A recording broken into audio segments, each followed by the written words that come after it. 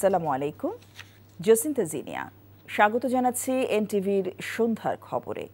Crown cement শিরোনাম দেখছিলেন, এবার পুরো খবর।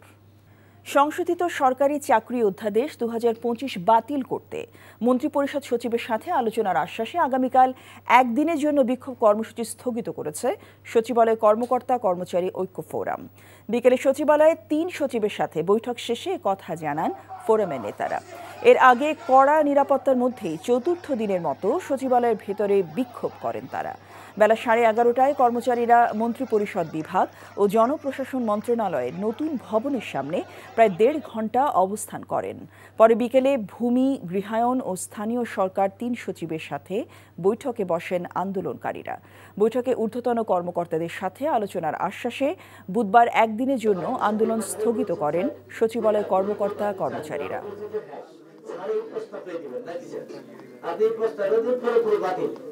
এই জন্য শ্রমিক বৈঠক আছে, আমরা সেই সূত্রে আমরা স্যারের কাছে কমিটমেন্ট করেছি যে আগামীকাল কর্মসূচিটা শুধু আমরা স্থগিত করেছি। মানবতা বিরোধী অপরাধে মৃত্যুদণ্ডপ্রাপ্ত জামাত নেতা এটিএম আজহারুল ইসলামকে খালাস দিয়ে 3 পৃষ্ঠার সংক্ষিপ্ত রায় প্রকাশ করেছে আপিল বিভাগ। প্রধান বিচারপতি ডক্টর সৈয়দ রেফাত আহমেদের নেতৃত্বাধীন 7 সদস্যের পূর্ণাঙ্গ বেঞ্চ আজ আন্তর্জাতিক অপরাধ ট্রাইব্যুনালের রায় বাতিল করে সর্বসম্মতক্রমে এই রায় দেন। আগামীকাল সকালে বাংলাদেশ মেডিকেল বিশ্ববিদ্যালয় হাসপাতালের প্রেজেন্ট সেল থেকে তিনি মুক্তি পাবেন বলে জানিয়েছেন তার আইনজীবী শিশির মনির। মুক্তিযুদ্ধের সময় মানবতা বিরোধী অপরাধের মামলায় 2014 সালের 30 ডিসেম্বর জামায়াত নেতা এটিএম আজহারুল ইসলামকে মৃত্যুদণ্ড দেয় আন্তর্জাতিক অপরাধ ট্রাইব্যুনাল। আপিল বিভাগ 2019 সালে ট্রাইব্যুনালের সেই রায় বহাল রাখে তৎকালীন আপিল বিভাগ। এরপর আজহারুল ইসলাম রিভিউ করলে তাও খারিজ হয়ে যায়। 5 আগস্ট পট পরিবর্তনের পর পুনরায় রিভিউ আবেদন করা হলে আপিল পুনঃশুনানির জন্য অনুমতি দেয় আপিল বিভাগ। গত 8 মে শুনানি শেষ হলে রায়ের জন্য দিন ধার্য করা হয়।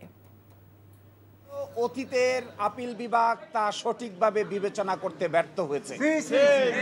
ফলশ্রুতিতে আজকে জনাব এটিএম আজহারুল ইসলাম সাহেব কে বেকসুর খালাস প্রদান করেছেন।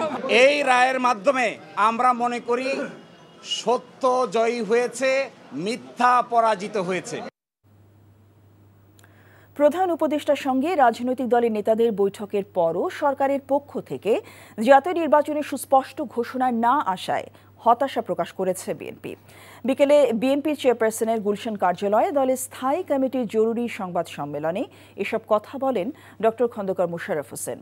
সুষ্ঠু নির্বাচনের মাধ্যমে ডিসেম্বরের মধ্যে একটি জাতীয় সংসদ গঠনের জন্য অবিলম্বে সুনির্দিষ্ট রোডম্যাপ ঘোষণার দাবি জানান তিনি। অন্যথায় বিএনপির পক্ষে এই সরকারের প্রতি সহযোগিতা অব্যাহত রাখা কঠিন হয়ে দাঁড়াবে বলে সতর্ক করেছেন বিএনপি স্থায়ী কমিটির এই সদস্য।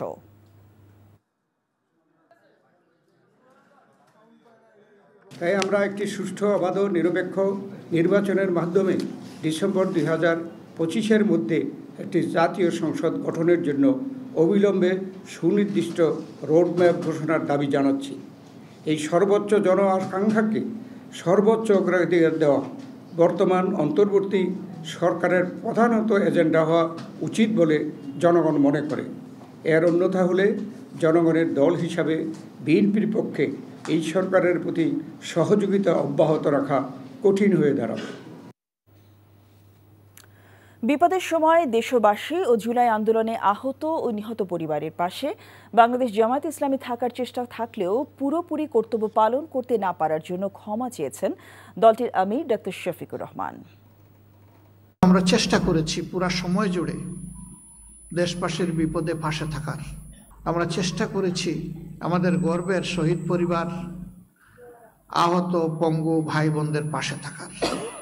যে আমরা আমাদের পুরা কর্তব্য আদায় করতে পারিনি, আমাদের কোনো আচরণে, কোনো পারফরমেন্সে আপনারা কষ্ট পেয়ে থাকলে আমাদেরকে ক্ষমা করে দেবেন।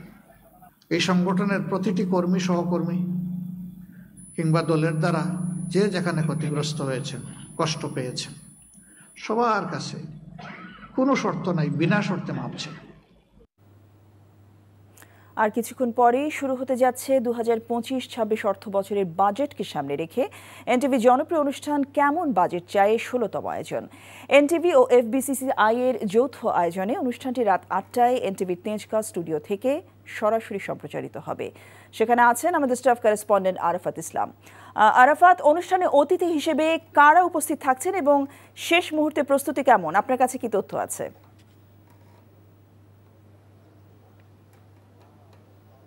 জসিন্তা, আপনি যেমনটি জানেন দীর্ঘ এক যুগেরও বেশি সময় ধরে এনটিভি এবং এফবিসিসিআই এর যৌথ আয়োজনে বাজেট ভাবনা বিষয়ক জনপ্রিয় অনুষ্ঠান কেমন বাজেটটায় অনুষ্ঠিত হয়ে আসছে। এবার 16তম বারের মতো এনটিভি এই কেমন বাজেটটায় অনুষ্ঠানটি আয়োজন করছেন এবং যেমনটি বলছিলেন যে আজ রাত 8টায় এনটিভির তেজগাঁও স্টুডিও থেকে সরাসরি সম্প্রচার করা হবে এবং প্রোগ্রামকে ঘিরে সব ধরনের প্রস্তুতি সম্পন্ন করা হয়েছে এবং ইতোমধ্যেই আজকের অনুষ্ঠানের আমন্ত্রিত যারা অতিথি রয়েছেন তারা কিন্তু অনুষ্ঠান স্থলে আসা শুরু করেছেন। এবং আপনি যেমনটি জিজ্ঞেস করছিলেন কারা কারা অতিথি হিসেবে থাকবেন, সরকারের পক্ষ থেকে প্রধান উপদেষ্টার অর্থ বিভাগের যিনি রয়েছেন দায়িত্বে তিনি থাকছেন। এর পাশাপাশি রাজনীতিবিদদের মধ্যে বিএনপির স্থায়ী কমিটির সদস্য মঈন খান, এছাড়া ব্যবসায়ী সংগঠনের পক্ষ থেকে বিকেএমের সভাপতি হিসেবে মোহাম্মদ হাতেম, তিনি প্যানেলিস্ট হিসেবে থাকছেন। এছাড়া থাকবেন এনবিআর এর চেয়ারম্যান আব্দুর রহমান এবং এফবিসিসিআই এর যিনি প্রশাসক হিসেবে দায়িত্ব পালন করছেন তিনি রয়েছেন। এর পাশাপাশিও অনুষ্ঠানস্থলে যারা থাকবেন দেশবরেণ্য বিভিন্ন অর্থনীতিবিদ, বিভিন্ন ব্যবসায়ী সংগঠনের যারা নেতারা রয়েছেন, এছাড়াও কিন্তু যারা নীতি নির্ধারক এবং অর্থনীতির সাথে সংশ্লিষ্ট যারা স্টেক হোল্ডার রয়েছেন তারাও তাদের বাজেট ভাবনা এখানে তুলে ধরবেন। তো সব লেখার মতো এই ছিল আমার কাছে এনটিভির জনপ্রিয় অনুষ্ঠান কেমন বাজেটের শুরু হওয়ার আগের সর্বশেষ আপডেট। জসিন্তা।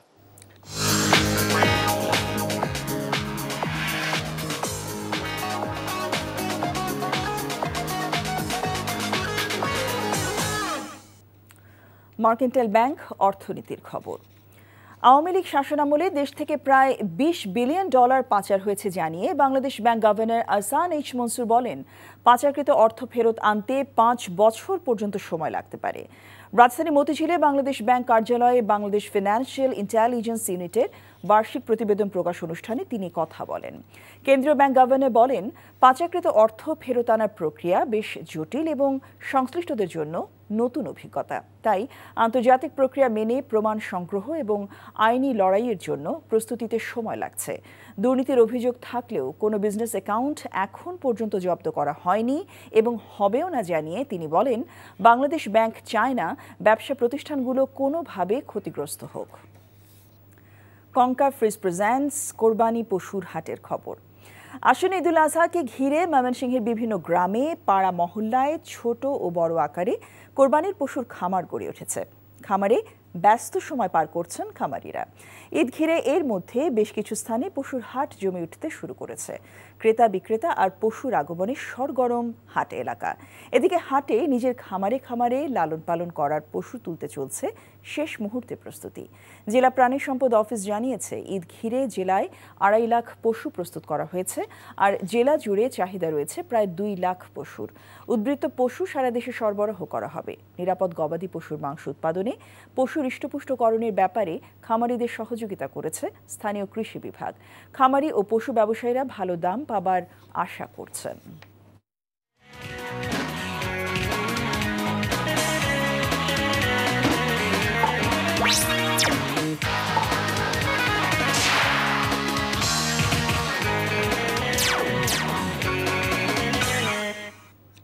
ইস্পাহানি প্রিমিয়াম টি খেলার খবর। টি-20 সিরিজের প্রথম ম্যাচে কাল পাকিস্তানের মুখোমুখি হবে বাংলাদেশ। রাত 9টায় শুরু হবে খেলা। আরব আমিরাতের কাছে হেরে মানসিকভাবে কিছুটা পিছিয়ে থাকলেও বাংলাদেশের প্রধান কোচ ফিল সিমন্স জানিয়েছেন, নিজেদের সেরা ক্রিকেট উপহার দেওয়ার সময় এটি। পাকিস্তান বাংলাদেশ টি-20 সিরিজের লড়াইটা যে স্টেডিয়ামে হবে সেখানে চলছে ব্যাটারদের রাজত্ব। সবশেষ পাকিস্তান সুপার লিগের শেষ 4 ম্যাচই হয়েছে রান উৎসব। প্রথম ইনিংসে গড় 200-রও বেশি। তাই ম্যাচ জিততে হলে ব্যাটারদের বড় ভূমিকা রাখতে হবে। বাংলাদেশের বিপক্ষে খেলা 19 ম্যাচের 16টিতেই জিতেছে পাকিস্তান। এই ছিল সন্ধ্যার খবরে। এই খবরের ভিডিও সহ আপডেট জানতে ভিজিট করুন এনটিভি অনলাইন www.ntvbd.com। এছাড়াও এনটিভি জনপ্রিয় সব অনুষ্ঠান ও খবরের আপডেট জানতে ভিজিট করুন আমাদের ইউটিউব ভেরিফাইড ফেসবুক পেজ। রাত 10:30টায় রাতের খবর দেখার আমন্ত্রণ রইল। সবাইকে ধন্যবাদ।